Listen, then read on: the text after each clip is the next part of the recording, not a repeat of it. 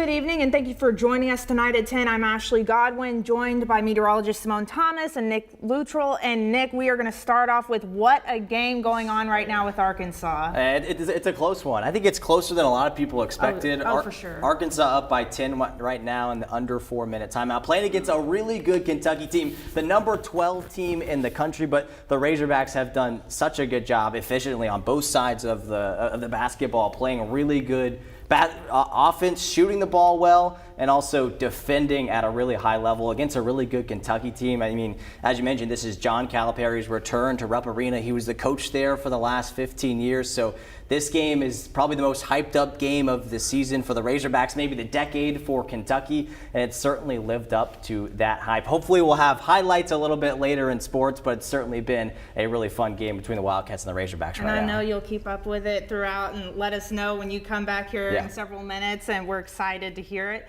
Now, Simone, we've got some cloud cover today, but it looks like it might be a little bit better tomorrow. Yeah, that cloud cover tried to keep us a little bit on the cooler side today, but once we get that sunshine tomorrow, a lot of places might be able to record their first 70-degree day of 2025. Here's where we matched up today. You can almost kind of tell where those clouds are present, where you're seeing more of those 40s and 50s. To our south and west, we had quite a few locations get into the lower 60s, definitely feeling a lot better in locations like Pine Bluff and Arkadelphia, which got up to the lower 60s. 53 was the high in the capital city, but we were able to shake some of those clouds just before that sunset, and a few more of those clouds starting to move in across some of northern Arkansas. But for most of tomorrow, we're looking to track pretty sunny skies, a few clouds to start, but sunny conditions helping us warm up to 70 degrees in the capital city, which again is our first 70-degree day of 2025. A look at the week ahead is coming up, so make sure you stick around. Thanks, Simone. Right now, Arkansas State Police are investigating a shooting that happened near Murfreesboro Friday. According to reports, police responded to a call from a woman who said her husband and neighbor were arguing. When officers arrived to the scene, they found 64-year-old Mark Corson shot. The Pike County coroner pronounced Corson dead at the scene. This is currently an ongoing investigation, and we'll keep you updated as we get more.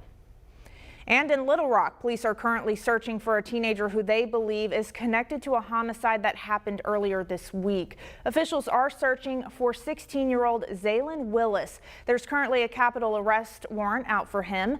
Earlier this week, police found 19-year-old Anthony White dead inside of a car on Labette Manor Drive. Anyone with information on where he may be located are urged to contact the Little Rock Police Department. You can also remain anonymous.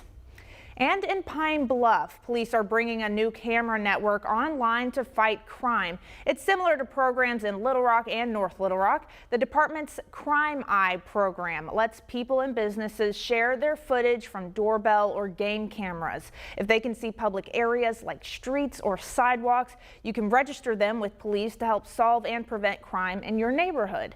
If you're interested in registering, you can go to the police department's website. A beloved school resource officer was forced to step away from the job he loves due to a health diagnosis.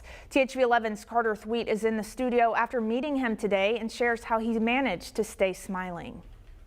That's right, Ashley. Stay smiling is one of Officer Ray Burrell's catchphrases, and for years he helped students in the Lakeside School District do just that. I have a genuine love for people, especially young people. And for over a decade, Ray Burrell has made that passion his job as a school resource officer for the Lakeside School District in Hot Springs.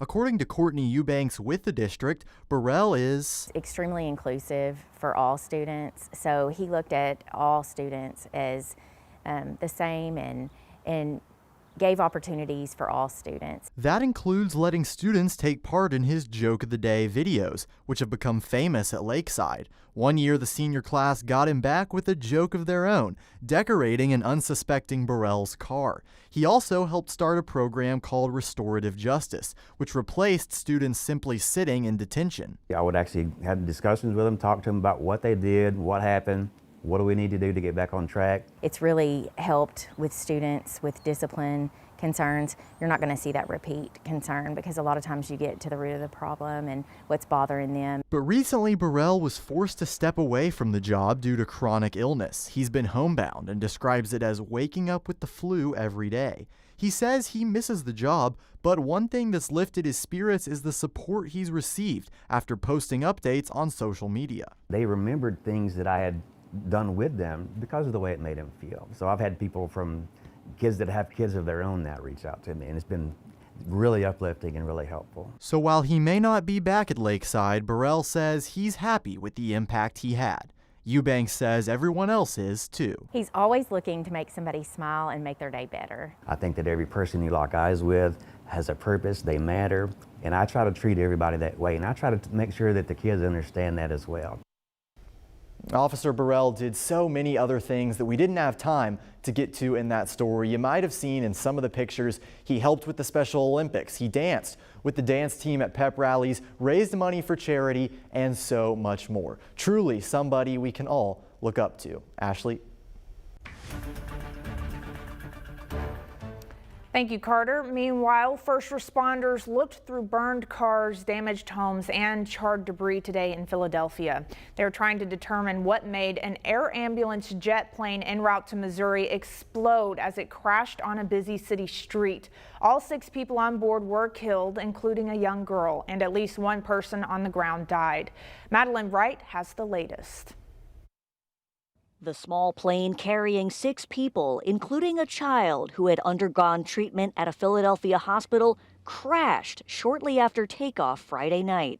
I know that the good people of Northeast Philadelphia this morning, as daybreak came, walked out from their homes, came down from their stoops, and saw carnage in their communities, saw fuselage, saw destruction, and saw things that no one should ever have to experience in their neighborhoods. Witnesses described a huge fireball amid the tragedy in the densely populated Philadelphia neighborhood. When I heard a loud bang, my wife called me out she said, "Babe, come outside. There's something happened."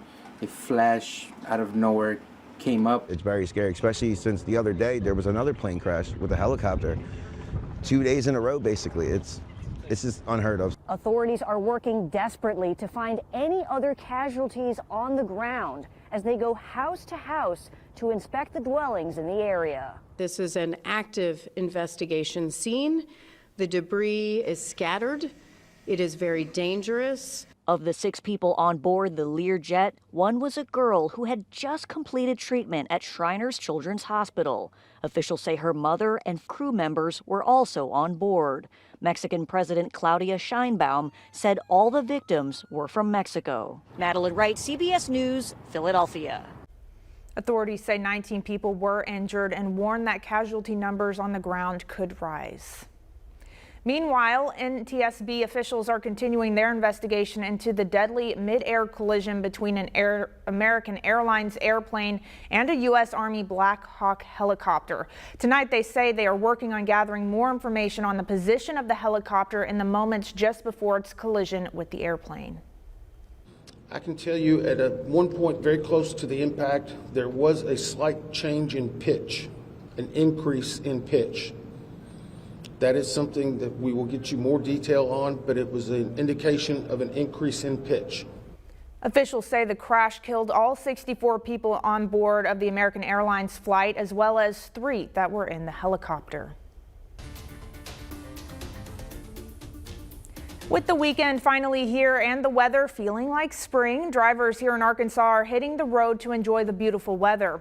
And right now, the average price of gas is at $2.76 a gallon, while the national average is sitting at around $3.11. Drivers in Texarkana and West Memphis are paying the most on average at $2.84 a gallon, while drivers in Fort Smith are paying the least at $2.70 per gallon. We're also sitting at the 4th lowest in gas prices in the country. Currently, Mississippi has the lowest at $2.68. And check this out. If you love anime, you'll surely love this. The 6th annual Little Rock Anime Festival kicked off today at the State House Convention Center with a bunch of fun activities for anime lovers here in Little Rock and even some who may not be into it. You're going to have comic book superheroes to animation people to anime characters, so it's a little bit everything. Even though it's an anime event, we get characters from all different genres.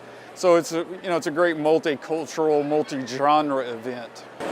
If you missed it, don't worry. The festival will still be in town tomorrow and it starts at 11 a.m.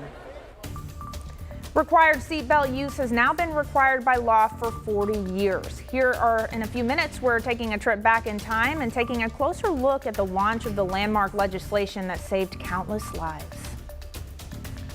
Well, based off tomorrow's forecast, Puxatawny Field will probably say we're getting an early winter or more winter, forgive me. But the next couple of days are going to feel very spring-like. I'll have that 7-day outlook coming up in just a few with more details.